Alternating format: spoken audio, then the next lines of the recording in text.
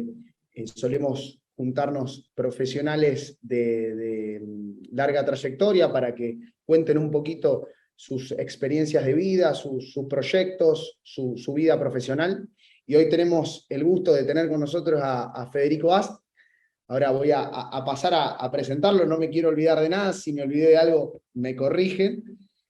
Bueno, Federico es graduado en Economía y Filosofía de la UBA, es doctor en Dirección de Empresas por la IAE, es el fundador de Cleros, que hoy es de lo que más vamos a hablar, y también es profesor en la plataforma de educación Coursera, donde, bueno, confieso que he hecho algún que otro curso de él por la plataforma, así que buenas tardes, Federico, gracias por estar acá hoy con nosotros. Bueno, gracias por la invitación, es un placer estar acá hablando virtualmente, bueno, al menos con ustedes. Y bueno, vamos a hablar un poco del futuro del derecho, el futuro de la innovación legal, y en particular un futuro que viene de la mano de una tecnología nueva que es el blockchain. Yo imagino que, bueno, algunos ya conocerán lo que es, pero por las dudas, para ponernos a tono a todo el mundo, vamos a empezar con una pequeña presentación de lo que es esta tecnología. Y para esto, hagamos un pequeño viaje al año 2008. ¿Se acuerdan el mundo de las hipotecas subprime, del colapso financiero de Lehman Brothers, Wall Street y todo eso?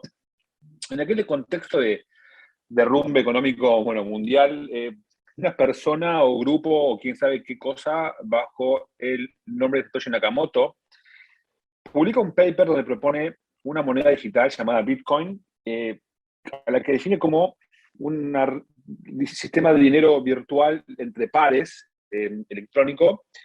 Y esta moneda virtual estaba basada en una tecnología muy innovadora de base de datos llamada blockchain, ¿sí?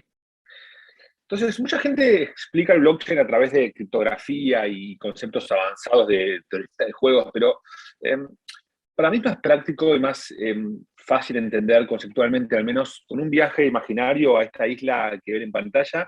Esto queda en la isla de Palau, en el archipiélago, donde hay una isla llamada la isla de Yap.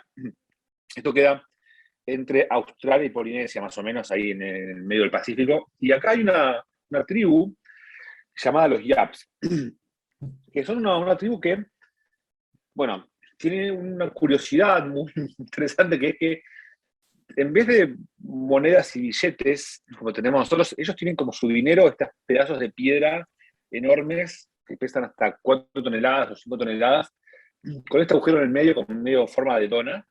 Y bueno, nada, ese es su dinero, como cada otro tiene otras cosas, y la humanidad ha usado en el pasado también, o sea, caracoles o todo tipo de cosas diferentes, usan estas piedras. ¿Y para qué tiene agujero en el medio? Bueno, porque si querés transportarla, es más práctico poner un palo por el medio y que te ayuden tus amigos a llevarla para hacer pagos. Pero bueno, te pueden ayudar una vez, 2 veces, pero si les empezás a pedir todos los días que te ayuden a llevar las piedras para hacer todos tus pagos, y bueno, en un momento se van a cansar y te van a, bueno, empezar a cobrar o te van a dejar de hablar, básicamente. Entonces, los YAP, como no querían tener este problema, lo que hicieron fue, en vez de mover las piedras de un lugar a otro para hacer los pagos, dijeron, ¿qué tal si las dejamos a todas en un mismo lugar? Y nos acordamos de quién es cada una de las piedras, ¿no?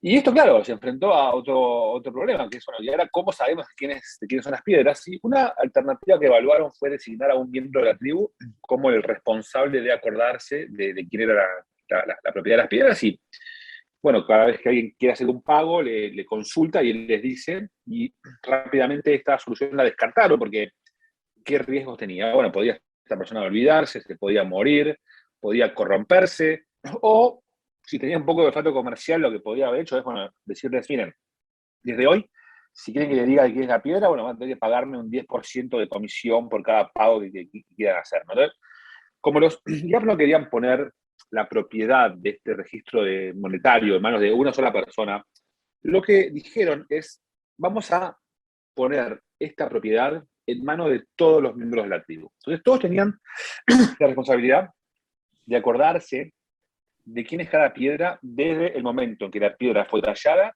hasta la actualidad, incluyendo todas las manos por las cuales la piedra pasó en el camino, ¿sí? Entonces, cada uno de los YAP tenía una copia idéntica a este registro que salía de memoria, porque como no tenían escritura, ellos tenían mucha mejor memoria que la que tenemos nosotros. Y entonces, imaginemos que Alice quiere hacerle un pago a Bob por un servicio que le dio.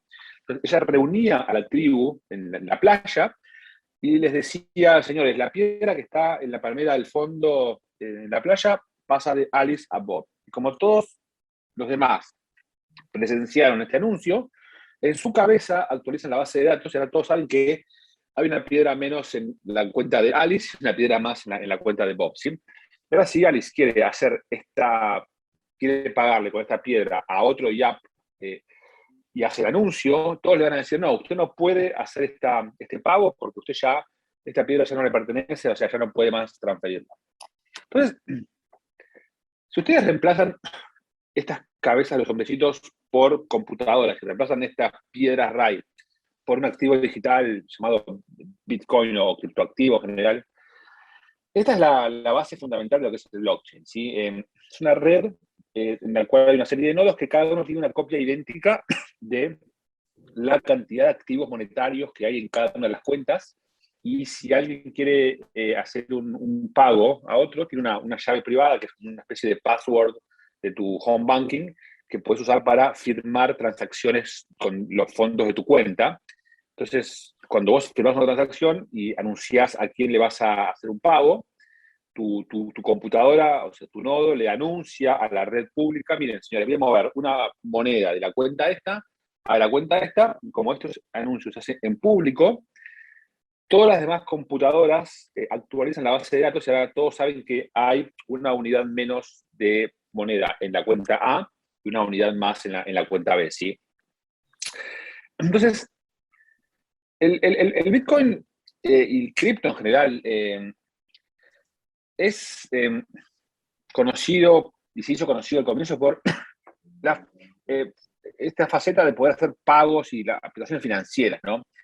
El Bitcoin, a Bill Gates, por ejemplo, le llamó la atención inicialmente por esa posibilidad de hacer pagos de manera muy económica, sobre todo en entornos internacionales, porque ustedes piensen que cuando uno quiere hacer un pago internacional, seguro que en Argentina esto es fácil de explicar, en otros países es más difícil porque la gente tiene PayPal y funciona, pero en Argentina, como ustedes saben, lo difícil que es recibir plata o mandar plata al exterior, o sea, el Bitcoin justamente lo que permite es evitar tener que usar sistemas bancarios muy obsoletos, muy viejos y además con un montón de intermediarios, con costos altísimos. El Bitcoin o el cripto en general permite que hacer un pago de Argentina a Zimbabue cueste lo mismo que hacer un pago de Londres a Nueva York, ¿sí? Entonces, esto es una cosa que es muy revolucionaria, ¿no? En un punto igual a las posibilidades de acceso a los sistemas financieros para gente de todo el mundo. Puedes estar digamos, en Buenos Aires, en Zimbabue, en Australia o en Calamuchita y tenés el mismo acceso al sistema financiero descentralizado mundial, ¿sí? Pero no me voy a poner a hablar mucho de la parte financiera porque, bueno, ya la gente ya la conoce en general y no es lo que nos trae aquí hoy. Me interesa más hablar hoy de otro concepto que de hecho es anterior al mundo del cripto y del blockchain, que es un concepto llamado smart contracts que nace en un paper que publica un señor llamado Nick Szabo en la década del 90, en el año 95. Nick Szabo es un criptógrafo y es un experto en temas legales y él es... hay gente que cree que es Satoshi Nakamoto, yo no estoy tan seguro, pero hay gente que cree que él es el cerebro detrás del Bitcoin. Y él escribió este paper muy interesante, en el que hace una hipótesis o presenta una idea que va como lo siguiente. Es lo que decía en el año 95, era que el mundo se dirigía hacia lo global, lo digital, lo tiempo real, y sin embargo, la tecnología de contratos que tenemos los humanos para hacer acuerdos y para hacer nuestra, bueno, coordinación económica, todavía está basada en ideas del siglo XV, ¿no? La imprenta de Gutenberg, el papel y la tinta, y esto lo que él decía era que a medida que iba a avanzar más y más la economía digital, lo que iba a pasar era que iba a ser cada vez más evidente esta falta de conexión, y esto iba a causar un cuello de botella que iba a impedir el desarrollo de la economía digital, ¿no? Entonces, él lo que propone en ese paper es el concepto este de smart contracts, que él en ese paper ejemplifica de la manera siguiente. Alice tiene un auto, se lo quiere vender a Bob en cuotas, y hace un contrato con forma de smart contract, en el cual él se compromete a pagar una cuota mensual en moneda digital a una cuenta que acuerdan. Bob hace su primer pago, se lleva el auto, se va a pasear con su señora, y un par de meses después deja de pagar la cuota y su llave electrónica se desactiva y deja de funcionar el coche, y la llave electrónica de Alice se vuelve a activar y ella recupera su coche y, bueno, se lo puede llevar. Entonces, ¿qué tendría que haber pasado para que Alice recupere su auto por la vía legal tradicional? Tendría que haber demostrado que tenía un papel que decía título de propiedad del auto, tenía que demostrar que tenía un contrato con Bob por el cual ella le vendía el auto a cambio de, bueno, una serie de cuotas, tenía que demostrar que Bob no pagó la cuota. Entonces, esto le podría haber llevado, no sé, un montón de tiempo, de costos, abogado, juez y todo eso, ¿sí? Entonces, lo que tiene el smart contract de interesante y de fascinante desde la perspectiva de Nick Szabo es que es esa idea de que un contrato puede tener incorporado dentro de sí el mecanismo de enforcement o de ejecución, ¿sí? Una vez que las condiciones del contrato se cumplen o no se cumplen, se sigue una consecuencia que se ejecuta de manera automática. Y no hace falta que haya ningún juez ni ningún policía que lo ordene. Una vez que se cumple la condición, automáticamente se ejecuta la sentencia, digamos, ¿sí? Entonces, esta idea de los smart contracts de Nick Szabo fue una idea abstracta durante muchos años, casi 20 años de hecho, eh, hasta que en el año 2014 este joven ruso-canadiense que estuvo en Argentina hace un tiempo, en diciembre, no sé si se acuerdan, que la Vitalik Manía, Vitalik Buterin desarrolla o lanza o lidera el desarrollo, mejor dicho, de una blockchain llamada Ethereum, que es parecida al blockchain de Bitcoin en muchos aspectos. Una red de computadoras que mantiene un registro distribuido, que mantiene una serie de unidades de cuenta y de monedas en diferentes nodos, pero tiene una característica especial, que es que el lenguaje de programación que tiene Ethereum es más sofisticado y permite justamente la posibilidad de escribir smart contracts. Entonces, casi cualquier cosa que uno pueda expresar bajo la forma sí, X, entonces sí, en principio se podría escribir bajo la forma de un smart contract.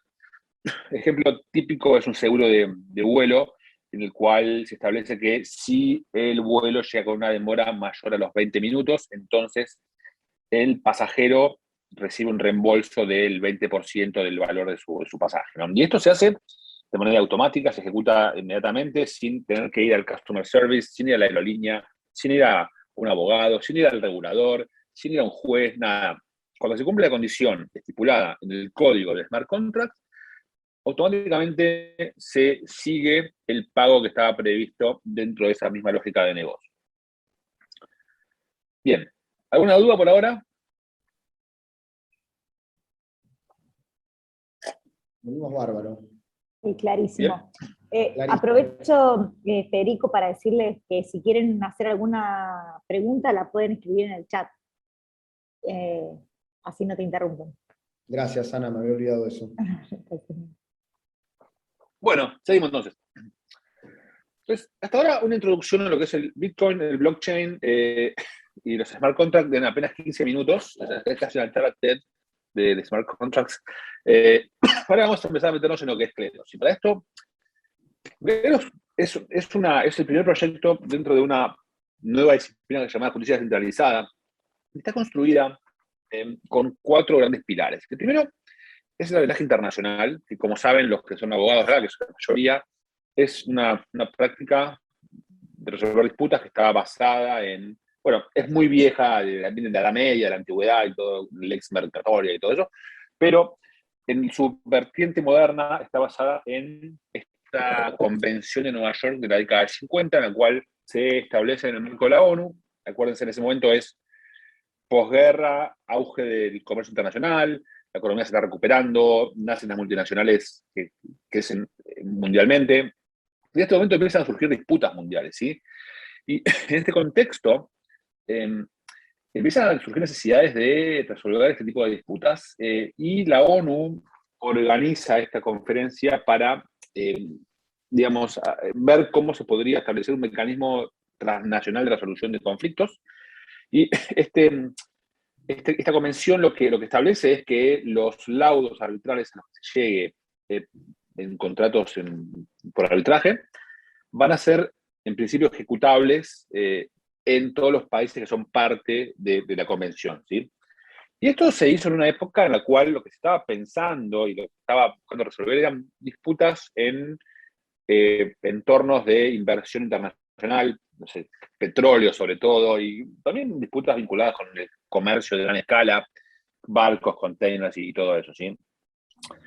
En la década de 50 nadie se imaginó que iba a venir Internet y que iba a generar una situación totalmente diferente en la economía mundial, en el sentido de que Internet habilita la creación de mercados de trabajo y de compra-venta de servicios globales, en el cual un pibe que está acá en Argentina le puede vender un servicio a una empresa que está en Alemania o en Estados Unidos o donde sea, y son montos que son relativamente pequeños y nadie imaginó esto en el mundo del arbitraje de la década del 50 y tampoco imaginaron esta idea de el crowdfunding y la idea de que las criptomonedas iban a permitir desarrollar bueno, inversiones a escala global por montos pequeños. Una persona que está en Argentina nuevamente puede invertir $50 en cripto en un proyecto que está en Filipinas o que está en Indonesia o donde sea, o que no está en ningún lado, porque puede ser que el equipo esté distribuido en muchos países, en muchas jurisdicciones, y es un mundo diferente que nadie había pensado en la década de 50. ¿Sí?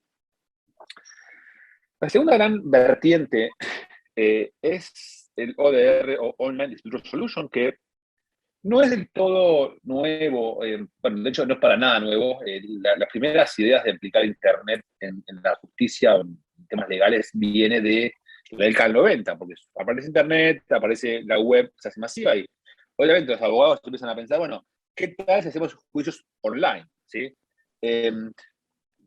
Y ahora no nos interesa tanto meternos en eso, pero nos interesa más que nada un desarrollo que surge no del mundo de los abogados, sino que surge más del mundo del comercio, la práctica. Y surge especialmente en esta empresa llamada eBay, que es como el mercado libre, como saben, de Estados Unidos. Y en esta plataforma hay disputas entre compradores y vendedores, como por supuesto pasa en el mercado libre, y el tema interesante acá es que la idea que tienen ellos es, en vez de usar moderadores o empleados de la empresa para resolver estas disputas, lo que hacen es un experimento para que los que resuelvan los conflictos sean los mismos usuarios. ¿Sí? A través de un mecanismo de crowdsourcing, ellos eligen a los usuarios y hacen como paneles de decisión en el cual los usuarios resuelven disputas de otros usuarios. Porque ¿quién mejor que un usuario, que un comprador, sabe qué tipo de disputas surgen y cómo se resuelven típicamente, ¿no? Entonces, la persona que crea este método es el señor que ven en pantalla llamado Colin Rule, que él es el que era el director de disputas en eBay, y después aplica un método parecido en PayPal, porque eBay compra PayPal, y él es como el gran padre del ODR, si quieren, y ahora bueno, después se fue de ahí, se fue a fundar una empresa llamada Modria, y después de Modria, bueno, la vendió a Tyler Technologies, y ahora está con un nuevo proyecto llamado arbitrate.com. Así que este es el segundo gran, digamos, vertiente de lo que es justicia centralizada. Tercero es el blockchain, en el cual mucho no me voy a meter porque ya lo expliqué. El Bitcoin en 2008, Ethereum en el 2014 nos trae la posibilidad de tener smart contracts y tener una ejecución descentralizada de las disputas, de los laudos que pueda haber, y de los contratos que se puedan hacer. Y el cuarto gran elemento acá es la teoría de los juegos, que es una rama de la economía que se especializa en estudiar de qué forma los agentes económicos, digamos, se comportan en entornos de diferentes tipos de información, en entornos de diferentes tipos bueno, situaciones estratégicas que tiene que cada uno optimizar un plan y también tiene que tener en cuenta cómo los otros actores van a optimizar su propia estrategia. Es una disciplina que nace en la década del 40. Las ideas son anteriores, pero como formalmente, como disciplina, es la década del 40. Gran parte se debe al trabajo de estos dos señores llamados Oscar Morgenstern y John von Neumann. Y después la mayoría de la gente la conoce en general por, bueno, nada, por una mente brillante y por Nash. Y como saben, esto se aplica para negociaciones, se aplica para un montón de situaciones que hay que analizar, estrategias de jugadores, sobre todo en la década de 50 y 60 tiene mucho desarrollo en un entorno de Guerra Fría, ¿no? ¿Se acuerdan que Nash pensaba que trabajaba para el gobierno de Estados Unidos haciendo... pero bueno, realmente había gente que trabajaba de esto para el gobierno haciendo análisis de escenarios, estrategias y bueno, potenciales situaciones de disputa, de conflicto con la Unión Soviética. Bueno, esto es lo que impulsa mucho el mundo de los juegos, ¿no? Que es una especie de confluencia entre lo que es el mundo del gobierno y el Pentágono y las universidades, porque mucha de esta gente son investigadores en temas matemáticas y entonces esa confluencia es lo que hace que se desarrolle tan grandemente la teoría de los juegos en la década del 50.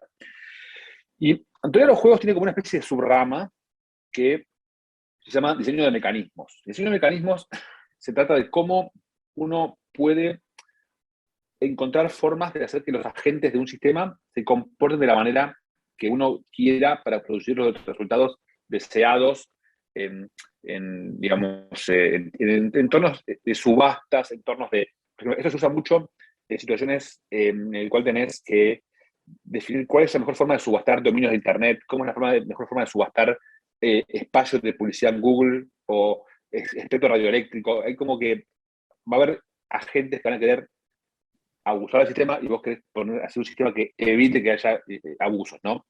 Esta es la cuarta gran parte de esta nueva disciplina. ¿Dudas? Venimos bárbaro. Bueno, seguimos. Entonces, vamos a ver típica disputa que puede surgir en nuestra época. Alice es una emprendedora de Francia y quiere hacer una web o quiere hacer un video para su empresa de 2 minutos, promocional, y contrata a un desarrollador de videos de no sé, Guatemala llamado Bob para hacer su trabajo y acuerdan un contrato y un acuerdo y él hace el trabajo y ella no está contenta porque la calidad de lo que Bob presenta deja que desear y digamos que Bob dice, no, mira, Alice, yo hice lo que tenía que hacer, si vos querés que yo te dedique más horas a esto, me tenés que pagar las horas extras que yo voy a poner, y Alice está un poco frustrada porque no va a ir a buscar un abogado a Guatemala a hacer un juicio, ni tampoco va a ir a un arbitraje internacional para un monto que son seguramente unos pocos cientos de dólares, ¿no? Entonces, veamos cómo acá se introduce la lógica de Kleros. Y vamos a ir mezclando varias cosas que ya estamos hablando. Por un lado, las criptomonedas para hacer pagos. Alice hace un depósito en forma de cripto dentro de un smart contract que funciona como una especie de escrow o un fideicomiso. Y ambos acuerdan que en caso de disputa va a haber un árbitro llamado Kleros, y entonces si no hay disputa, listo, ella transfiere los fondos, libera la plata, él recibe su plata, ella tiene su video, todo se hará. Si hay una disputa, ella toca el botón y dice mandar arbitraje, y ahora los fondos que estaban en el smart contract quedan bloqueados ahí. Kleros va a tomar una decisión de qué se hace en este caso, ¿sí? Kleros es una DAO, una plataforma descentralizada que va a elegir un conjunto de árbitros y esos árbitros van a tener la posibilidad de manera independiente, evaluar el caso y votar quién tiene razón en esta disputa, ¿sí? Entonces, acá hay dos cosas muy importantes. Kleros está construido sobre Ethereum. es decir, está construido en el blockchain de Ethereum con smart contracts de Ethereum, y esto lo que significa es que nadie puede manipular la evidencia, nadie puede manipular el contrato que había sido acordado, nadie puede manipular ni tergiversar la evidencia que las partes presentan, y tampoco nadie puede manipular la forma en que se eligen los árbitros. Todo se va a ejecutar exactamente tal cual estaba escrito en el código de smart contract de Ethereum. Todos pueden verificarlo y nadie puede hacer ningún cambio, digamos, arbitrario o ilegítimo. Entonces, esto lo que hace es que le da a ambas partes una especie de, bueno, lo que en el mundo tradicional offline llamamos como algo como debido proceso, o lo que los ingleses llaman el rule of law. Tiene la idea de que el procedimiento se va a desarrollar tal cual está previsto por el código procesal, si quieren decir, incluso agregar, y digamos que ninguna parte va a poder abusar de esto metiendo cambios ni nada de eso de manera arbitraria. ¿Sí? Y cuando yo digo ninguna parte, es ninguna parte, porque ni siquiera yo que soy fundador del proyecto no tengo ninguna llave maestra, ninguna forma de acceder a la consola, no existe eso, todo es verificable y todo es trazable y auditable, y nadie puede cambiar la lógica de funcionamiento. ¿Sí? Esto es una cosa que, si lo piensan, es como que increíble, porque es la primera vez que el mundo digital nos da esta posibilidad de construir esta institución que funcione de manera, o sea, incorrompible en algún punto, ¿sí? Entonces, estos jurados son elegidos por este sistema, cada uno de manera separada hace su evaluación, votan, y en este caso la mayoría decide que ganó Alice, entonces los fondos que estaban retenidos en el smart contract le son a ella devueltos, y esto, bueno, termina la situación, ¿sí? Entonces, bueno, la pregunta que estarán haciendo todos es cómo se eligen a los jurados, ¿no? y acá hay un punto muy importante que tener en cuenta, que los jurados en Clero son anónimos, ¿sí? ¿Por qué? Porque piensen que es importante que los jurados puedan mantener su privacidad, por un tema de que si la gente sabe quiénes son los árbitros, podrían ser sometidos a, bueno, digamos, ataques por redes sociales, podrían ser sometidos a trolling y un montón de prácticas feas para buscar intimidarlos, y para preservar esta independencia, es importante que puedan tener la posibilidad de preservar su identidad, ¿sí? Y eh, imaginemos esta persona que vive, no sé, en Myanmar, por ejemplo, y ella es una desarrolladora de videos y trabaja durante el día en una empresa de videos haciendo trabajo de producción, y a la noche, para ganarse algo de dinero extra, ella se quiere postular como árbitro en casos dentro de Cleros para ganarse la tasa que ganan los árbitros como árbitros. Para esto, ella lo que tiene que hacer es conseguirse una moneda llamada Pinakion, o PNK, que es una moneda de Ethereum digital, obviamente, que está inspirada en lo que los antiguos atenienses usaban como documento de identidad para elegir a los jurados para sus juicios populares en la antigua Atenas. Entonces, esto es como una especie de ticket de lotería que te da derecho a ser elegido como árbitro en casos que ocurren dentro de Cleros. Y Cleros es una plataforma que tiene muchas cortes diferentes. Hay algunas que son para temas de, no sé, digamos, seguros, otras que son para temas de, puede ser, transporte, e-commerce. En este caso, digamos que esta mujer quiere trabajar en la corte de videos, entonces ella la moneda que tiene la deposita en la corte de videos, y hay mucha gente que hace su depósito y Cleros de manera aleatoria, al azar. Cleros significa azar en griego, elige 5 o una cantidad de árbitros que pueden ser, varía según el tipo de caso, pero elige un número de árbitros. Esta gente va a evaluar el caso y votar si tiene razón, ¿sí? Y ahí está la elección y después se hace la elección. Y acá hay otra cosa que es interesante para pensar. O sea, dado que los árbitros son anónimos, ¿cómo uno se asegura de que esta gente, bueno, se vaya a comportar de manera adecuada? ¿Cómo uno se asegura de que no vayan a ser o sobornados? ¿Cómo se asegura uno de que no vayan a votar al azar, tipo A, B, sin ni mirar la evidencia? Y acá es donde viene la gran innovación, o sea, lo que trae Cleros, que es esta idea del uso de tener los juegos para transformar la forma en que se desarrolla el mecanismo de resolución. Y esto es la parte que los abogados les empieza a poner incómodos. Y acá, todo está basado en las investigaciones de este señor que ven en pantalla, llamado Thomas Schelling, Nobel de Economía del 2005. Schelling era un matemático, economista, teoría de los juegos, trabajaba en la década del 50, asesoraba al gobierno de Estados Unidos, pero él de verdad, no, como, y, no como Nash, y Nash también es eso, ¿no? Pero se pasó un poco de roja después. Bueno, Schelling, bueno, y él es un tipo muy famoso por inventar, es famoso por muchas cosas, pero en particular nos interesa acá un concepto que él desarrolló llamado puntos focales, que trata de cómo la gente se coordina en situaciones en que tiene que llegar a un consenso con otras personas, pero no tiene la posibilidad de comunicarse con otros o no tiene la posibilidad o no confía en lo que los demás van a hacer, ¿sí?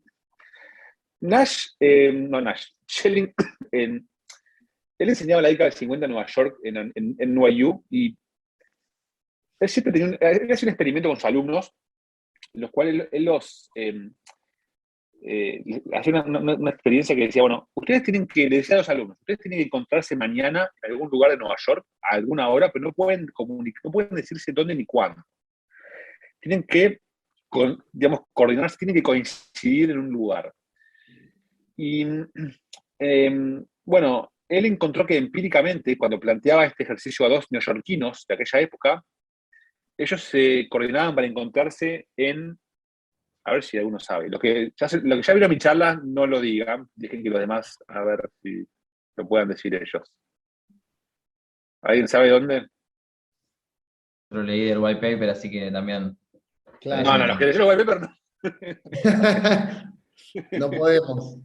Bueno, entonces se los digo porque ya lo leyeron todos, seguro. Mira, bueno, la gente empíricamente se coordinaba para encontrarse en el Grand Central Station, en el reloj del centro de la estación, a las 12 del mediodía. Porque era lo que les resultaba más natural a los neoyorquinos de la década de 50. No sé, imagino que en Rosario hoy día la gente se da el momento de la bandera, ¿no? Como me parece una fácil esa. Bueno, Buenos Aires, el Obelisco, bueno, cada ciudad tiene su lugarcito. Nueva York me parece menos evidente, les voy a decir. Pasa que en la década del 50 imagino que el tren era muy importante como medio de transporte, entonces Grand Central Station era un poco obvio, pero yo ya saben que tengo muchas veces la gente me dice, trato de la libertad. Y yo les digo, pero ustedes, o sea, fuera a Nueva York, no queda cerca, o sea, es el lugar más incómodo de todo para encontrarse, porque tomarse un barco, ¿entendés? Pero no es fácil de llegar. Está bien, Times Square sí, pero trato de la libertad. Bueno, entonces, puntos focales. Otro ejercicio es 12 números, elijan cada uno por separado un número y si eligen el que elige la mayoría ganan $20, si eligen otro ganan, o sea, 0. En este ejercicio, por supuesto, la mayoría de la gente elige el 1000, porque es más natural, parece como más lógico que la gente vaya a elegirlo, porque por temas culturales, básicamente. Y entonces el punto de Schelling es el 1000 acá. Entonces, si ustedes ponen un conjunto de árbitros a evaluar el mismo caso, con la misma evidencia, con el mismo acuerdo, con las mismas reglas que tienen que seguir, y les dan el incentivo a cada uno por separado de tratar de buscar el consenso con los demás, porque se los incentiva económicamente a tratar de coincidir con la mayoría. En este caso, como nadie sabe cómo los demás van a votar, la decisión racional, si se quiere, la decisión lógica que esta gente va a elegir es la verdad sobre el conflicto, ¿sí? La verdad en un sentido consensual, no una verdad trascendental, sino una verdad la verdad en el sentido de qué es lo que la comunidad de desarrolladores de videos considera como la decisión correcta ante una situación en la cual hay un mismo contrato que todos ven lo mismo, un mismo producto que se entregó, y que todos están siguiendo las mismas reglas que rigen a la corte de videos, y que son toda gente que viene del mundo de hacer videos y saben cómo es que se hacen los videos, conocen las prácticas comunes para hacer estos videos, ¿sí? Entonces, en este escenario de decisión en el cual se pone esta gente, la decisión va a ser, digamos, la verdad sobre el caso en cuestión, ¿sí? Ahí es el punto en el cual estos usuarios van a tender a coordinarse para coincidir. Entonces, Los usuarios que intentan abusar del sistema, por ejemplo, votando al azar, tienen un problema que es que, bueno, votan A, B. Alguna vez pueden acertar porque tienen suerte, pero en promedio esta gente va a tender a estar del lado equivocado de la mayoría. Entonces, esa moneda que depositaron para ser elegidos como árbitros queda retenida hasta que termina la sesión del caso. Y después, los que votan de manera incoherente con la mayoría, esa moneda la pierden y se le distribuye a los que votan en mayoría. Entonces, esto hace que si vos muchas veces haces este jueguito de votar al azar y estás más del lado equivocado que del lado correcto, vas a ir perdiendo tus monedas a medida que las vas depositando y te vas quedando sin monedas, te quedan sin monedas, hasta que en un punto te quedaste sin y te vas del sistema, ¿sí? Porque te quedaste sin monedas. Y si vos sos un usuario honesto, en el sentido de que tomás el trabajo, de evaluar el caso, mirás la evidencia, bueno, te podés equivocar alguna vez, porque son temas, hay subjetividad, hay interpretación, hay veces que tu interpretación, aunque fue honesta y fue una decisión tomada de manera consciente y con análisis adecuado, caíste del lado equivocado, porque pasa que los jueces también muchas veces tienen diferentes, en el mundo de la justicia real, los jueces a veces no coinciden, porque hay cosas subjetivas de interpretación, alguno evalúa un punto más que otro, pero, digamos, en promedio vas a tender a acertar más de lo que errás y vas a ir haciendo decisiones que te van a ir dando más dinero porque te quedas con las monedas de los que votan mal y además te quedas con una tasa de arbitraje que surge típicamente de la parte que pierde el caso. Entonces te vas quedando con monedas y entonces vas produciendo decisiones justas a medida que vas ganando plata, ¿sí? Y hay un alineamiento entre tus decisiones y tu posibilidad de ir ganando dinero. Esta es una versión reducida de cómo funciona. El mecanismo real es un poco más complejo, involucra potencial de apelación en caso de que haya una disputa. Después, si quieren, les explico más detalle, pero no quiero tampoco expandirme demasiado, pero esta es la lógica básica de cómo Kleros aplica el punto de Schelling a la resolución de disputas a través de incentivos de teoría de los juegos, ¿sí? Casos de uso, e-commerce, ya las disputas compradores y vendedores que hoy se resuelven con sistemas de disputas de Mercado Libre, eso podría outsourcearse si quieren a un sistema como Kleros. Casos de seguros en el cual empresas de seguros contra un asegurado por quién tiene que pagar por la reparación del auto en un accidente, como este, hay una reparación. Casos algunos civiles, incluso hay un caso en México en el cual, de hecho, Kleros usó para resolver una disputa de propietario contra inquilino por un no pago de la renta, y ese caso fue llevado después a un juez de México que, reconoció o homologó el fallo y ordenó su ejecución por parte de las fuerzas públicas allá. Fue la primera vez que hubo una decisión de una plataforma, no solamente de justicia centralizada, sino de arbitraje en blockchain, fue aceptada como válida en un sistema tradicional de justicia. Si quieren, yo después les cuento bien cómo fue.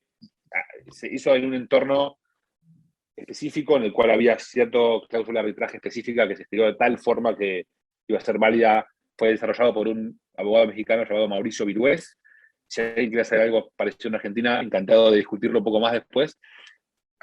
Y después tenemos un montón de casos ya además del mundo del futuro, si quieren, ¿no? O ya del presente también, porque los esports, ¿no? Tenemos gente que juega juegos en línea y hay casos de disputa en el cual un equipo acusa a otro de trampa y hay mecanismos de resolución de disputas que realmente tienen que enfrentarse con una situación de resolver un caso donde tenemos 20 tipos que están jugando este juego de un equipo que acusa al otro, y son de países diferentes. Nadie sabe quiénes son porque son realmente gente que son anónimos, porque cada uno juega con su nickname, o sea, esto como que supera por completo a todas las lógicas del mundo tradicional de la justicia, porque realmente no sabes quiénes son las personas, no sabes dónde están.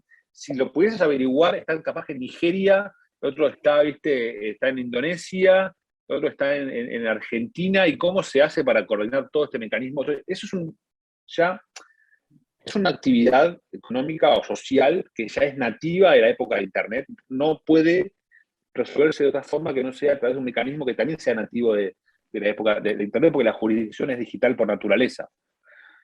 Y después, todo lo que viene en el mundo del metaverso es la versión, digamos, 10X de lo que es el gaming de hoy, ¿sí? Todo lo que viene en estos mundos virtuales realmente no tiene nada que ver con los mecanismos y los sistemas de arbitraje tradicional de la época de Comercio de Nueva York, como se imaginarán, y esto justamente requiere sistemas totalmente adaptados, y totalmente, no adaptados, concebidos de manera nativa para los conflictos de la época de Internet, ¿sí?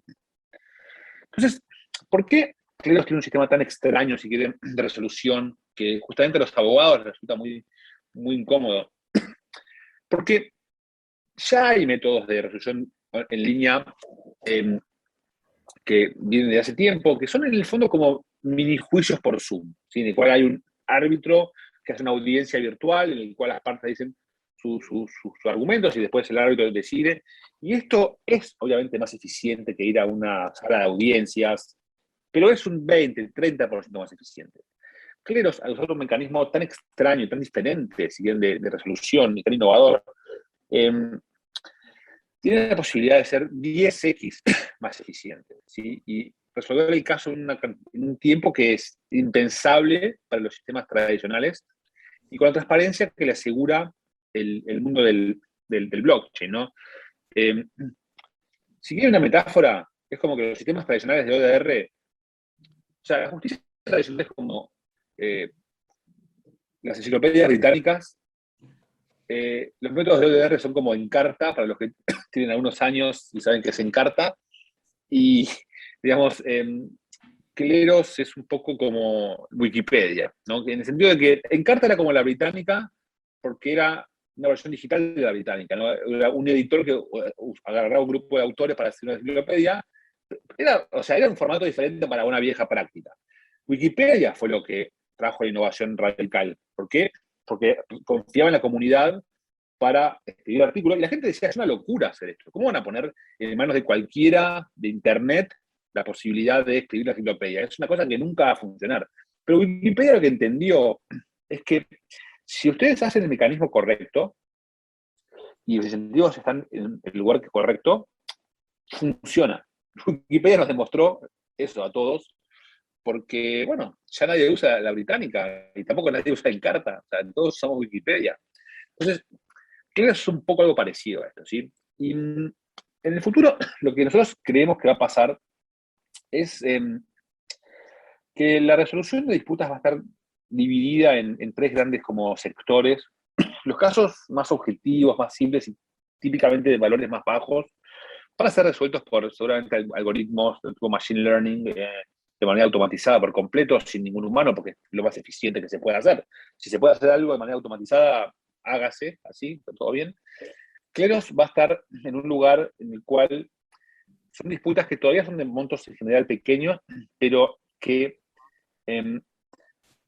involucran cierto tipo de situaciones que las máquinas no pueden resolver de manera muy adecuada, como por ejemplo situaciones en las cuales hay que entender la intención de los agentes, hay que interpretar qué se quiso decir cuando se hizo un acuerdo, por ejemplo, situaciones que realmente los humanos sí pueden entender y las máquinas no.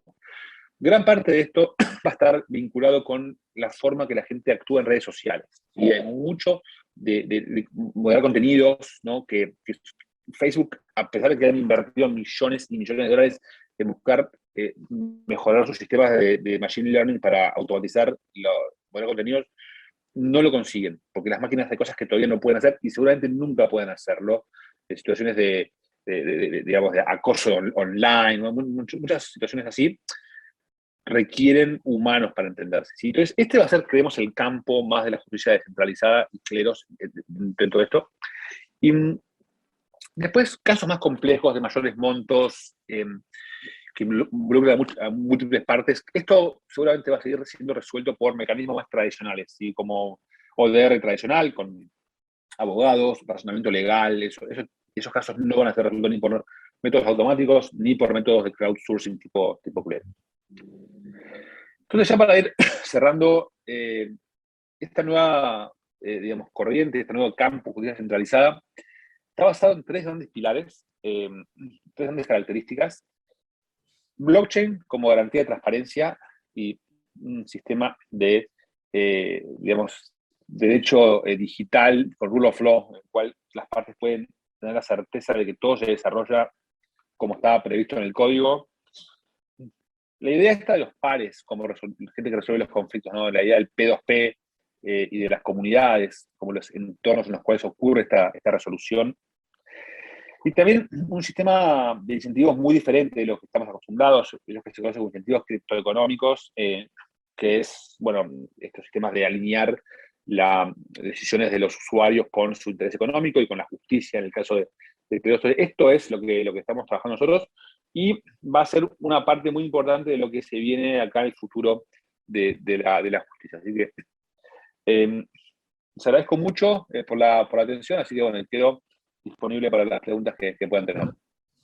Muchísimas gracias, Federico. La verdad que fue clarísimo. Nos gustaría quedarnos bastantes horas más charlando del tema, pero vamos a pasar ahora a las preguntas. Ahí, Tomás, ¿la querés leer? Aprovecho una cosa más. Como decía, soy de Coursera. Háganse el curso la abogado del futuro, los que quieran saber más sobre innovación legal. Yo acá hablo. Bueno, te dejo que hagas vos el pitch si querés, así que vos elegiste desde el punto de vista del usuario y no desde el punto de vista del instructor. La verdad que estuvo muy interesante, muy lindo poder hacer el curso. Me resultó bastante práctico, didáctico, estuvo muy bueno. Ya tiene como 40.000, casi 35.000 usuarios tuvo, y acá van a ver Machine Learning, todo lo que es el tema digital. Cleros hay un poquito de Cleros, o sea, es un módulo, pero después hay mucho más de herramientas automatizadas, las cortes virtuales de China, incluso también una sección de cómo reinventar su carrera como abogados de cara a lo que viene del futuro del derecho. Así que bueno, les dejo esta publicidad. Aparte es gratis, en español y totalmente remoto. Así que bueno, y ahora sí, respondo las preguntas que tengan. Exacto, yo creo que eso es una de las cosas más importantes, y por ahí muchos profesionales no nos adaptamos a lo que ya no es el futuro, sino el hoy, el presente. Por ahí lo que estudiamos va a quedar totalmente obsoleto. Así que es importante ponernos a estudiar toda esta nueva tecnología. Voy a empezar con las preguntas acá del chat. Bueno, claro que como somos un club de abogados, seguramente las preguntas sean bastante técnicas. Bueno, está bueno también que se abra el debate en ese aspecto. Valentín pregunta, ¿qué valor le otorga Cleros al hash o sello de tiempo que propone la blockchain? Porque parte de la doctrina lo considera suficiente para fungir como fecha cierta del documento. Entiendo que ya con la blockchain, a todo acto que suceda dentro del smart contract, ya le otorgás fecha cierta, no el término que lo entendemos nosotros, pero fecha cierta que lo puedes chequear. O sea, Cleros, la mayoría de lo que pasa en Cleros pasa on-chain, digamos. O sea, toda la evidencia pasa directamente digamos, en lo que es la cadena, y hay una cosa que también es interesante acá, y que creo que abarca las preguntas que vienen después también. Ustedes en general no necesitan preguntarse eso, porque cuando las partes usan Cleros, la usan, por ejemplo, a través de una aplicación, ¿sí? Que es una aplicación llamada escrow.cleros.io, en el cual el contrato que yo les conté de las partes por el video se puede hacer a través de esa aplicación que nosotros desarrollamos. Entonces, vos entras, es una página, vos entras y te dice, bueno, ¿quién es la otra parte? Y vos pones su dirección de Ethereum, ¿cuál es el acuerdo que hicieron? Entonces copias y pegas ahí, y una vez que haces todas esas cosas, podés poner send y haces el pago del depósito en cripto en un smart contract. Entonces ahora están los fondos metidos en ese smart contract, la otra parte ve que están depositados y hace su trabajo, te entrega el producto. Si vos estás contento, pones release, o sea, soltar los fondos. Si no, tocas mandar a Cleros, ¿sí? Entonces, como que ya los fondos están retenidos en la plataforma, ¿está bien? Entonces, una vez que Cleros haga su decisión, los fondos que están en ese smart contract, por el que vos tenés razón y vos ganás, entonces te vuelve a vos los fondos y esto termina el caso. Entonces no hace falta preguntarse, o sea, la doctrina del hash, o sea, ustedes acordaron una cláusula de arbitraje o un uso de un arbitraje que se ejecutó on-chain porque estaban los fondos. Ese arbitraje de Cleros, esa decisión de Cleros, controla los fondos que estaban depositados en ese fideicomiso. Entonces, o sea, no es tan relevante después lo que pase, digamos, por fuera de eso, el valor del hash. Esto puede tener, en Argentina puede ser una cosa, puede ser otra cosa en Uruguay, puede ser diferente en Nigeria o en donde sea que esté, en las otras partes. Entonces, digamos que es un poco pensar un poco diferente la manera que funciona digamos, el tema. Que es un poco, no es tan diferente de cómo lo pensamos en el mundo del Mercado Libre, ¿no? O sea, el Mercado Libre, la gente no se pregunta las cosas. O sea, el Mercado Libre, tienes una disputa con alguien, esto va a Mercado Libre, tiene su sistema de resolver disputas, y ellos deciden algo y ejecutan ellos. O sea, usted perdió, señor vendedor, ¿sabe qué? Esta plata se mueve para acá, y nadie pregunta nada del hash, ni nada de eso. Se ejecuta a través de ahí. Esto es un poco parecido al mecanismo ese, ¿sí? Bien, en el mismo sentido, yo te iba a decir de white paper lo que vi, el tema de commit and reveal, que el voto, vos votás y no ves lo que votan los otros, entonces no te ves influenciado hasta que... Sí. Perdón, al revés, no te ves influenciado hasta que no votaste. Sí, claro.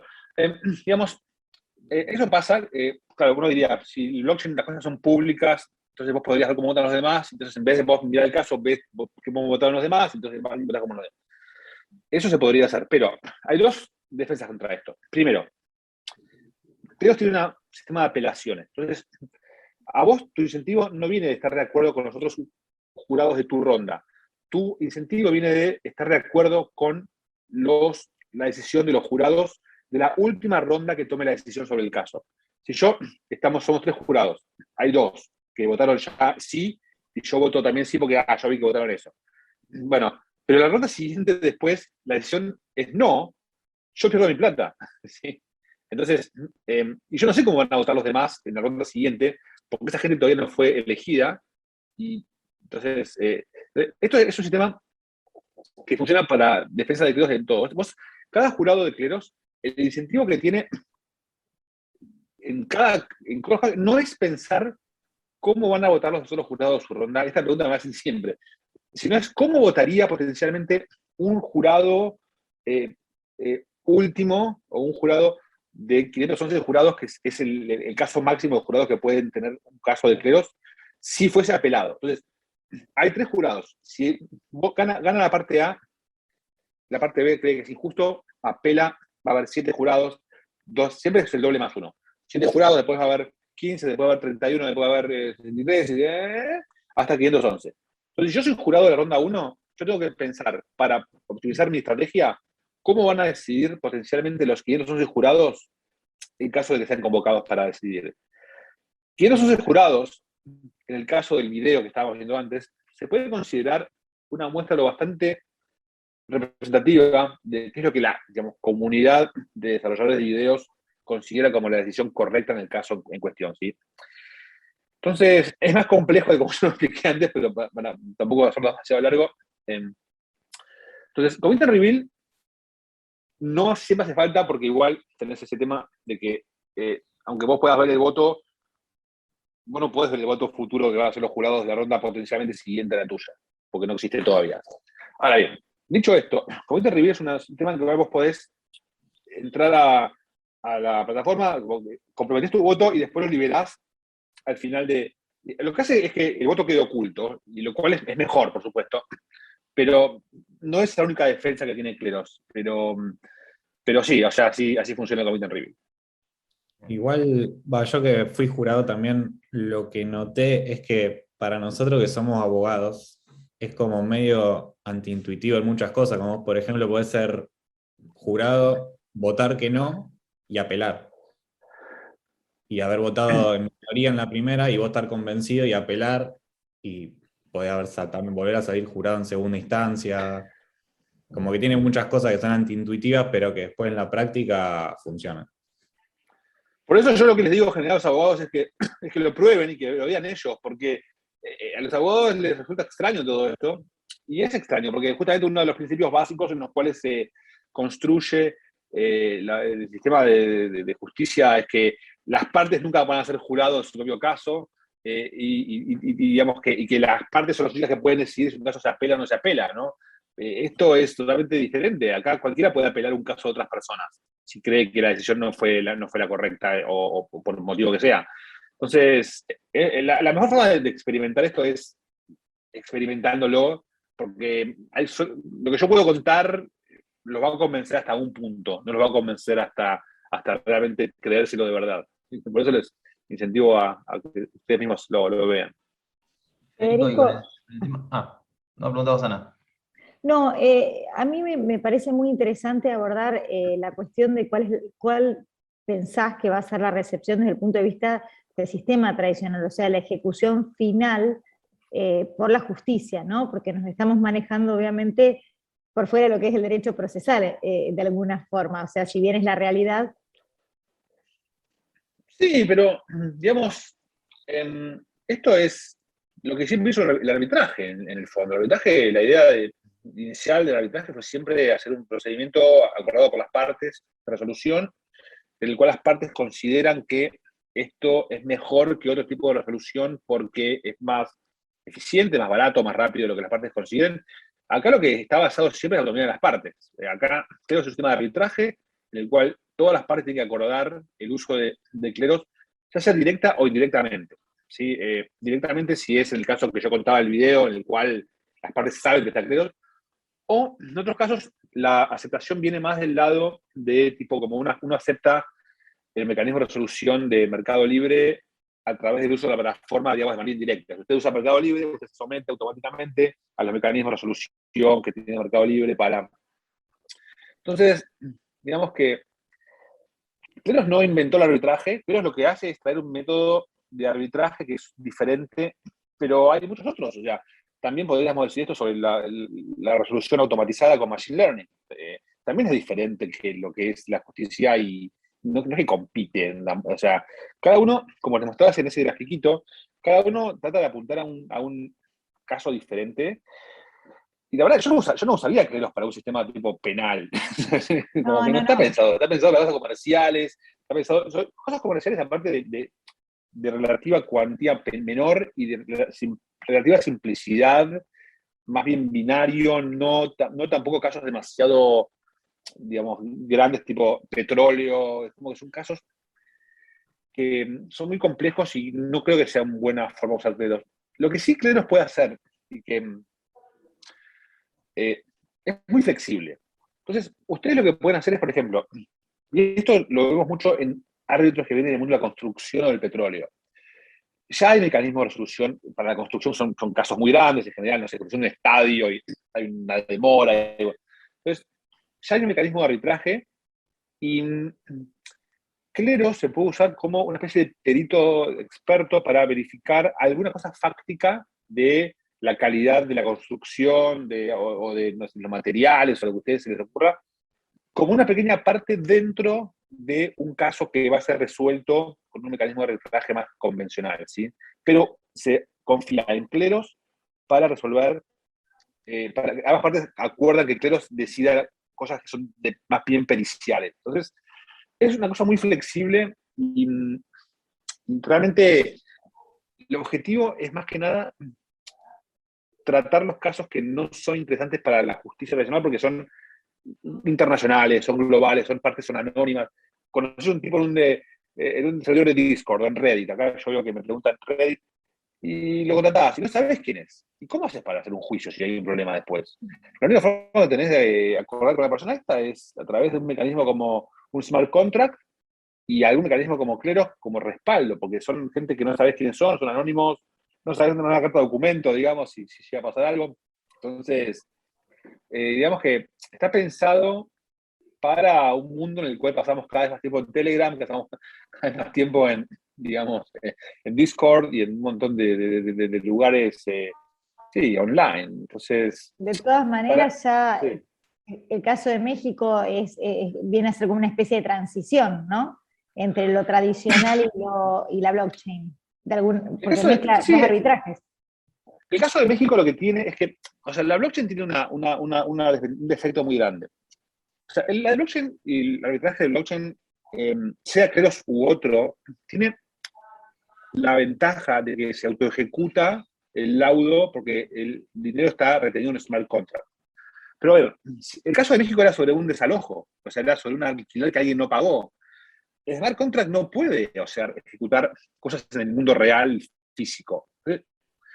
Para todos los casos que se te ocurran vinculados con el mundo físico, territorial, real, ahí es donde los sistemas de justicia no tienen ninguna chance de ser reemplazados con nada más porque son los que controlan el territorio.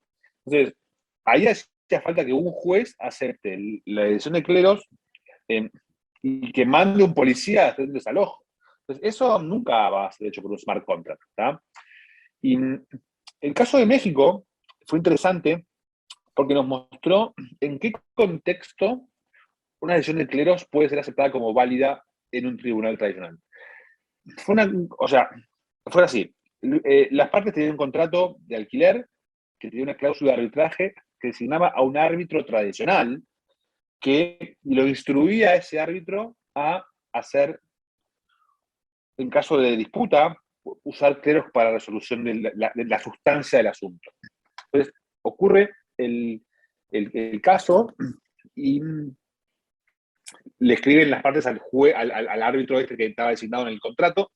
La parte A dice, mire, la parte B no pagó la renta. La parte B, esta es la evidencia que no pagó. La parte B subió, o sea, mandó por mail un supuesto recibo de pago, una firma muy dudosa de la parte del propietario. Y este árbitro, Mauricio Virúes, que es un árbitro de México, que fue el que lideró esta implementación, subió esto a cleros a través de una interfaz que tenemos nosotros para subir casos y esto fue a cleros tomó una decisión, los jurados de manera unánime aceptaron que ese recibo era totalmente apócrifo y la firma era diferente que era el contrato. Bueno, están los argumentos que presentan los árbitros de cleros. Entonces, este árbitro, Mauricio, recibe la decisión de cleros y va al juez y le dice, mire, señor juez, tenemos este contrato con este caso de arbitraje que me designa a mí árbitro y me instruye a usar cleros, que es el sistema para tomar la decisión de la sustancia. Cleros me dio esta decisión, esto es lo que yo le presento acá como árbitro y esto es lo que yo me limité a cumplir la voluntad de las partes. Y el juez dijo, bueno, o sea, al lugar, digamos, todo se ejecutó de la forma que estaba previsto ejecutarse y fue aceptado. Pero, digamos, acá es interesante ver cómo fue una forma ingeniosa de hacer la cláusula de arbitraje, porque el juez no reconoció directamente a cleros, como reconoció a un árbitro al que se le instruyó a usar cleros, pero el juez le da reconocimiento a ese árbitro oficial de México, ¿sí? Hay un reporte escrito sobre esto que yo les puedo compartir, lo pueden leer, tienen los documentos de la justicia, el laudo, bueno, todas las cosas bueno, si quieren yo después se los paso y lo pueden leer y nada. Y este marco, aprovecho para comentarles otra cosa más. Este experimento se hizo en el marco de una programa que tenemos nosotros de fellowship, de un programa como de becas, que, bueno, incentivamos a gente de la comunidad a que haga una investigación vinculada con algún tema que les parece interesante. Este árbitro de México quiso investigar esto, quiso hacer la prueba de qué pasaría cómo funcionaría un caso de cleros en la justicia de México. Él sabía, él es de Guadalajara, él trabaja de esto. Entonces él dijo, esto tiene que funcionar. Y lo intentó, y lo probó y funcionó. Entonces, si ustedes quieren, justamente ayer abrimos el fellowship, las inscripciones, así que pueden postularse. Bueno, nosotros le vamos a dar todo el apoyo del equipo para la investigación, y después, si son aceptados, bueno, hacen el trabajo, lo corregimos todos juntos, y bueno, van a tener su trabajo a disposición de la comunidad, y también tenemos para las personas que hagan su trabajo y que funcione y lo hagan bien y que cumpla con la calidad requerida, hay también un estipendio de $1.000 en PNK, que es la moneda de cleros, que se le paga a los que, bueno, terminen el programa. Así que si quieren anotarse, justamente esta inscripción está abierta hasta el 15 de agosto. Así que, ¿Dónde tienen que anotarse? ¿En la página? Ahora les paso el link directo, así Bien. no tienen ni que buscar un segundito. Buenísimo, buenísimo. Esperen que esto dejo de compartir. Ahí les comparto. Es un programa que está muy interesante y nos ha dado realmente muy buenos resultados en el sentido de la calidad de investigación para descubrir casos de uso nuevos. Acá les pongo el link, ahí pueden ya ver las características del programa y pueden anotarse. Buenísimo.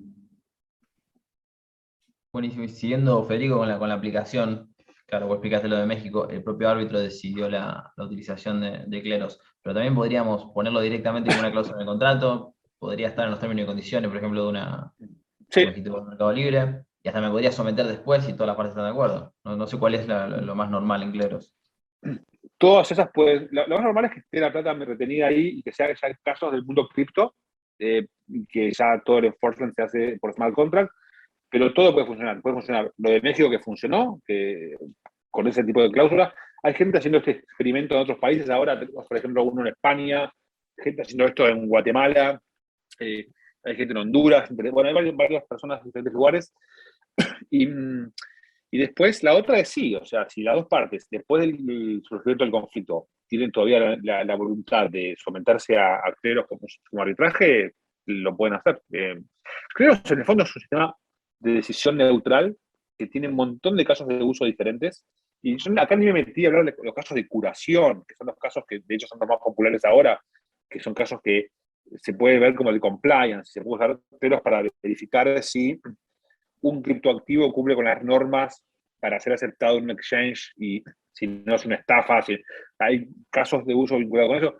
Y otro mundo separado, Proof of Humanity, que es un sistema de curación de identidad digital que para verificar si una persona es humana y no está repetida, y esto se usa para aplicaciones de votación dentro de DAOs, pero es otro mundo. O sea, no quiero. Pero lo que tiene es que es una capa muy. O sea, capa humana del blockchain que tiene un montón de casos de uso y nada, o sea, estos son los que hablamos hoy, son un conjunto de casos de uso, pero hay muchos otros. Y ahí en el fellowship van a poder ver también un poco el panorama de casos de uso que hay diferentes para Cleros. Yo tengo otra pregunta, no sé, chicos, si ustedes quieren hacer o me ceden el lugar. Pregunta tranquila. Bueno, es más de tipo financiera. El tema de los PNK, ¿no es cierto? Más allá de que sirven como incentivo y todo eso, ¿también ustedes lo pensaron como un token que tiene valor en sí mismo y que puede ser utilizado como inversión? ¿O tienen alguna política de minteo que los puede ir licuando, van manteniendo el precio? O sea, ¿cómo lo manejan a eso? Mirá, el PNK, vos podés comparar. La mejor metáfora para el PNK del mundo tradicional es si querés como una especie de licencia de taxi. O sea, la licencia de taxi a vos te da un derecho a ser taxista en una ciudad y eso te da derecho a obtener un flujo de ingresos por tu trabajo como taxista.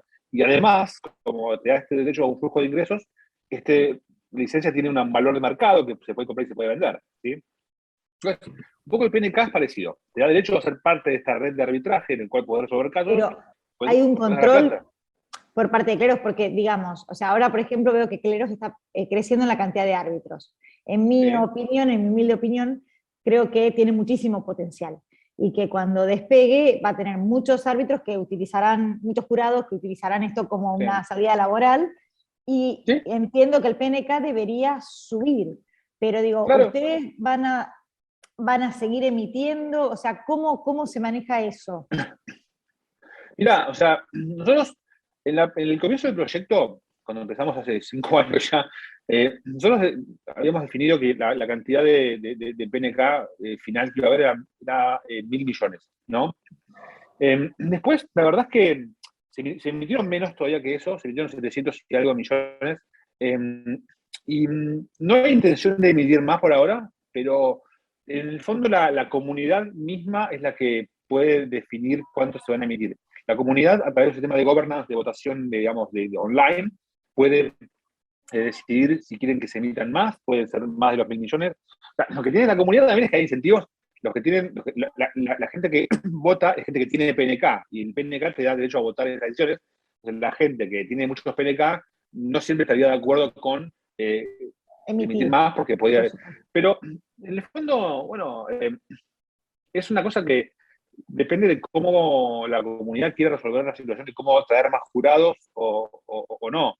no me parece para nada igual una discusión todavía importante a esta etapa del proyecto. Me parece que cuando ya tengamos cientos de miles de casos en Cleros, que haya un montón de gente en la plataforma y que sea mucho más grande y esté mucho más validado su uso, puede ser una discusión que, digamos, emitir más o no emitir más tiene sus pros y sus contras en diferentes aspectos.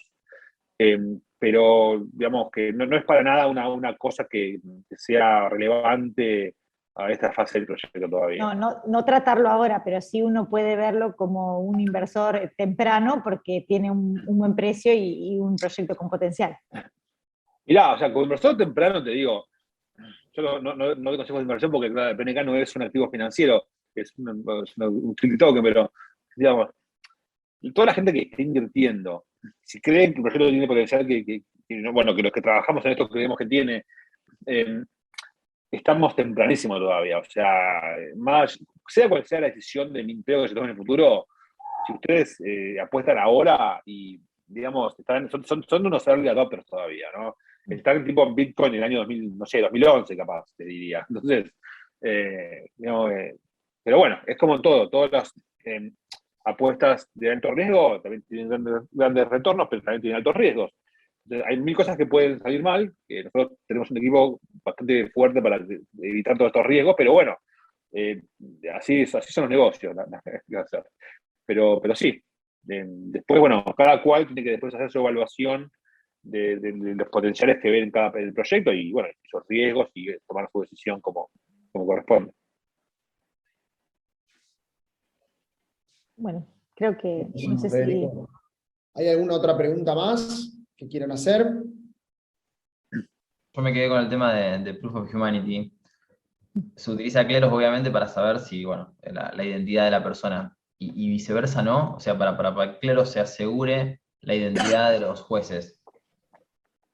En el futuro, cuando empezamos con Cleros, todavía no teníamos la posibilidad de hacer identidad digital, entonces no teníamos posibilidad de saber o sea, vos no sabés quién es el juez, porque vos lo que veías es la dirección de Ethereum, y después una persona que quisiera violar, o sea, cualquier restricción que vos quieras poner, acá únicamente queremos que haya estos jueces, pero después el tipo puede hacerse otras cuentas y repartir su Ether de diferentes lugares, entonces como que esa idea de un voto por cuenta no tiene mucho sentido en un entorno en el cual ocurren los civil attacks, ¿no? En el cual que yo quiero, digamos, el gran problema de la votación online es que si yo tengo un sistema de una persona, un voto, cualquiera se puede hacer 1000 cuentas y tener un montón de votos, ¿sí? Entonces, Cleros, al dar un valor económico a las votaciones, puede como evitar esto, ¿sí? Y, por ejemplo, el governance de Cleros tiene un sistema que es, vos tenés más votos en función de la cantidad de PNK que tengas. Eso viene del mundo de, bueno, el corporate governance, ¿no? Como las accionistas de una empresa tienen más votos en función de sus acciones. Entonces, esto es bueno para algunas cosas, para otras cosas es visto como injusto, o es visto como, si se quiere, plutocrático, como, porque ustedes tienen más plata, van a tener más votos. Entonces, el Proof of Humanity lo que busca es dar a cada persona una identidad y eso después se usa para darle un voto por persona. Y hay casos en los cuales está bueno usar un voto por persona y casos en que, créanme, es una pésima idea que haya un voto por persona. La cuestión es que hay que ver cuáles son para cuál. Y también en el futuro lo que va a pasar es que va a ser como mecanismos híbridos. Es como que estamos en una etapa de diseño institucional en el sentido tipo como los founding fathers de Estados Unidos tenían que pensar cómo hacemos que Estados Unidos sea una república y que las mayorías no voten a las minorías y que la gente que no, ignorante no vote cualquier cosa. O sea, como que estamos en una etapa un poco de fundacional en que estamos planteándonos preguntas como esas. El proceso del governance mismo es un desastre, por ejemplo, o sea, porque hay un montón de gente que esta charla no va a ser pública, me imagino, ¿no? Está todo queda. Bueno, lo digo esta parte la hacemos pi. Porque lo que pasa es como que se decidió, cuando lo lanzamos, se decidió hacer como usar, como un experimento también, en el fondo, porque lo que es interesante es experimentar con nuevos mecanismos de governance. Y entonces había una persona por voto, un voto de una persona, y eso atrae un montón de gente como, viste, el populismo, si no quiere, digamos. Argentina gente misma. Es una metáfora de Argentina, les diría, del cual mucha gente que opina que no tiene idea de lo que está hablando. Esto, lo que hacemos en Cleros, o sea, es muy sofisticado, hay muchas cosas de seguridad informática, muchas cosas de criptoeconomía. Nosotros tenemos un equipo que nos llevó 5 años armarlo. Entonces, no es que puede venir cualquiera y si no, che, ¿por qué no cambian este incentivo en esta corte? No, estaría bueno hacerlo así, porque es más más justo que la gente pueda votar más veces, o que no hace falta votar con esta moneda. No, que no pongamos moneda, así más gente puede acceder. Entonces, hay muchas cosas como que son hasta de idea de centro de estudiantes. Y, y bueno, después, por eso, pero también tiene otras cosas buenas, como que también a la gente le genera como más involucramiento en algún punto, porque también se siente como más, tiene como más buy-in, en el sentido de que se siente como son más parte, ¿sí? Cuando tienen un voto por persona. Y el tema es cómo balanceas la cosa esta de que sea más inclusivo, sin que se termine siendo una especie de populismo centro de estudiantes. Entonces, cuestión de encontrarle la combinación de mecanismos, ¿no? Claro, que no sea un voto calificado ni del todo descalificado, o sea, tendrías que encontrar un punto intermedio. Nosotros hemos, te digo, yo a veces me siento como, no sé, sentía algo, no sé, las cosas que decía Sarmiento en el siglo XIX, no sé, como que estamos como en esa etapa de desarrollo institucional en la cual tenemos que pensar, digamos, sí, porque si no, es difícil y es nuevo, esto nadie lo hizo antes. Pero lo bueno es que también es como un paño en el cual no se hizo nada, entonces como que es un buen lugar para experimentar. Claro. Entonces, Proof of Humanity se hizo así, como que se descentralizó muy rápido, y esto generó un montón de trolls, un montón de populismo.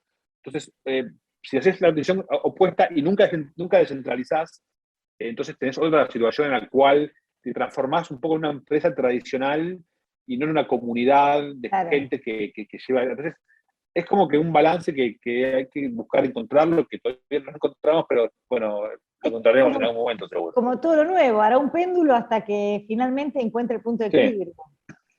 Sí, Federico, antes de irnos, nos gustaría invitar a los oyentes a que enciendan las cámaras, no importa si no están en condiciones, más o menos no se va a ver, son fotos muy chiquitas, pero nos gustaría sacar así un mosaico de fotos. No sé si se suman a la propuesta.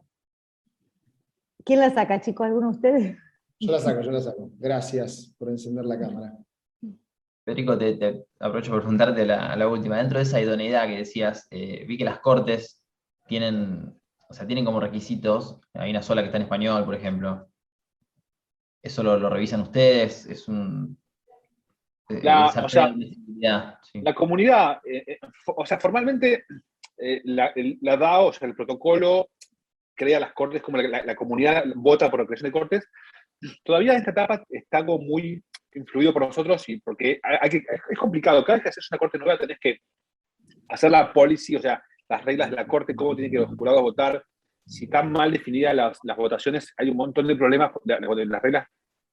La coordinación puede darse en el lugar equivocado y eso puede dar resultados que no están buenos y genera como un montón de problemas. Entonces, una cosa que todavía no hemos aprendido bien a hacer del todo es escribir las reglas de las cortes. Es una cosa que estamos aprendiendo a hacer ahora recién, le diría, porque también ahora tenemos más casos de uso. Antes teníamos mucho menos experiencia, era mucho más teórico todo. Ahora es que es real, vemos cómo la gente se comporta y la psicología de los usuarios, cómo se comporta. Y entonces, hoy está bastante en nuestras manos. Nosotros proponemos a la comunidad, a la DAO, queremos hacer esta corte y queremos que tenga estos parámetros. Esto incluye cuánto pagar a los jurados, cuántos jurados tiene que haber, en qué punto la corte, hay un salto a la corte superior, hay un montón de parámetros que nosotros internamente estimamos con un pibe que es un genio llamado William, que es un matemático canadiense, que es nuestro experto que se ocupa de calcular los tiempos, los skills, los jurados, cuánto tiempo les lleva, cuál es el costo por hora de los jurados para que tengan sentido parecido, porque si les pones un costo muy bajo, o sea, un horario muy bajo, van a quererse los jurados. Ahora, si lo pones muy alto, tienen el problema de que también les subirse el costo a los digamos, que quieren resolver el caso, porque tienen que pagar un montón de plata. Pero hay un montón de cosas, y ni podemos hablar de los problemas de escalabilidad, que son de Ethereum y que no son de Cleros, pero bueno, o sea, esto es muy nuevo, esto involucra un montón de cosas diferentes computer science, economía, leyes, ciencias políticas, o sea, son un montón de cosas diferentes, ¿sí? Y mucho estamos aprendiendo y mucho más vamos a aprender en el futuro, pero bueno, estamos acá en la batalla, como todos. No, síganlo a William, que es un genio. William es un genio absoluto. Aparte, el tipo sabe de ópera, el tipo, o sea, viaja por el mundo viendo cuadros de Vermeer, pintor holandés, es un fenómeno. O sea, síganlo en Twitter. Si se llevan algo de acá de esta charla, síganlo a William en Twitter. No, a mí no me da mucha bola. No, por favor, que también hay que en la última placa que habías compartido estaban tus redes, así que invitamos a todos también a seguirte. Ahí les pongo de nuevo si quieren. Ahí si quieren ver las redes. Dale, Ahí así estamos. sacamos una foto también y lo compartimos después en el Club de Derecho. Bueno, espera que lo voy a poner así. Si se ve toda pantalla completa. Ahí está.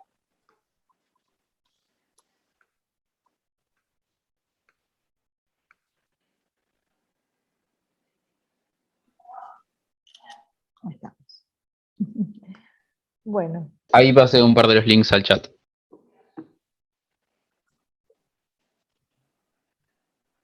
Muchas gracias. Y ahí Si lo- quieren, pueden buscar los de Telegram también, que están buenos para aprender. Bueno, la verdad que excelente, Federico. Súper claro, dinámico, divertido, impecable. Te Bueno, agradecemos muchas mucho. gracias por la invitación, ¿eh? No, muchas gracias a vos, Federico, por acceder, por venir. Ojalá que podamos organizar algunas más y tenerte y escucharte hablando un poco sobre todo esto, que es bastante interesante. Quédense tranquilos que va a estar grabada esta charla. La vamos a estar subiendo a la página del Club de Derecho. Por si Con la algunos- salvedad que nos pidió del off Con la the record. salvedad. No, está todo bien. Pongan todo. Igual me van a criticar, así que no importa. Pongan todo, sin censura. Todo. ¿Está? Tal cual, pero Bueno, bueno, muchas gracias, ¿eh?